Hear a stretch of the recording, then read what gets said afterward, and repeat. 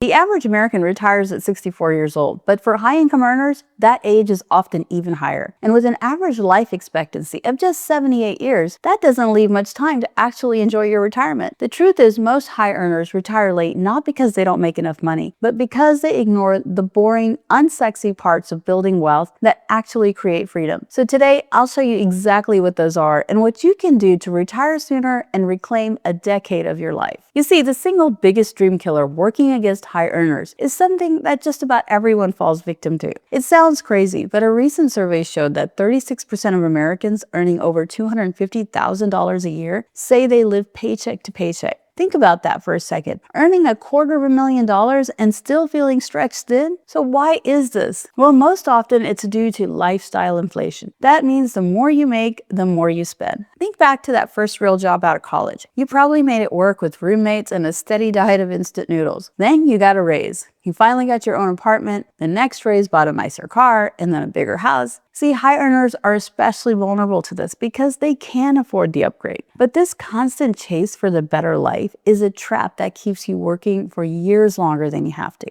Each step feels deserved. It's the reward for all your hard work. But what's really happening is that your financial goalposts are constantly moving. You're upgrading your life at the exact same pace as your income. And because of that, your savings rate stays stubbornly low. The most powerful way to disrupt this pattern is to give yourself permission to live according to your values rather than appearances. Remember, the real goal is freedom. That means you don't have to keep up with your neighbor or your colleague. When you get a salary bump or a big bonus, do something drastically unexpected. Pretend it never happened. Transfer that money directly to your savings or investment account before you get a chance to spend it. That way, you're not cutting back, you're simply not expanding. Make a conscious decision to reject the endless upgrade cycle, the new car, the new phone, the kitchen remodel. If you're serious about building freedom, spend money on things that genuinely bring you joy and value. And ruthlessly cut back on spending that's just driven by ego or keeping up with the neighbors. Now, perhaps you've already upgraded and now you have the other wealth killer, debt.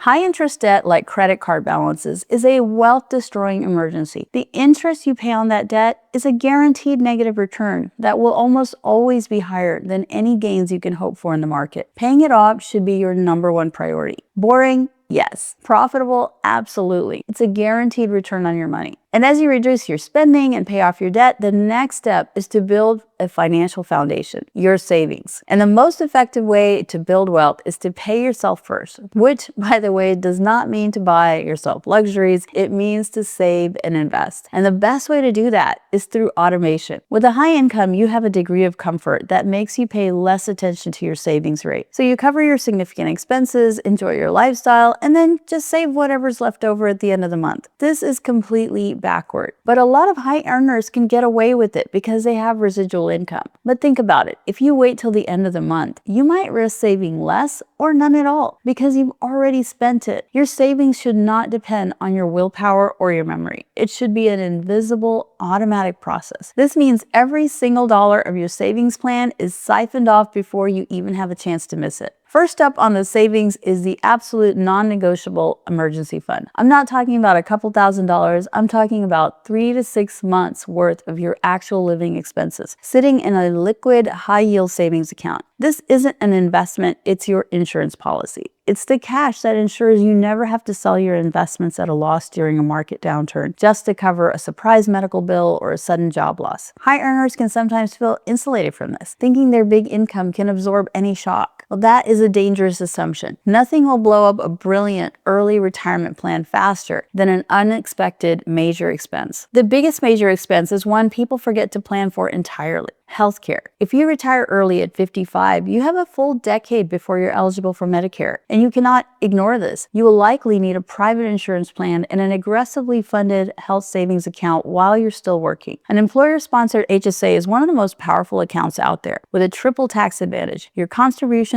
are tax deductible, the money grows tax-free, and withdrawals for qualified medical expenses are also tax-free. Now, if you're self-employed, you can still open an HSA account for yourself.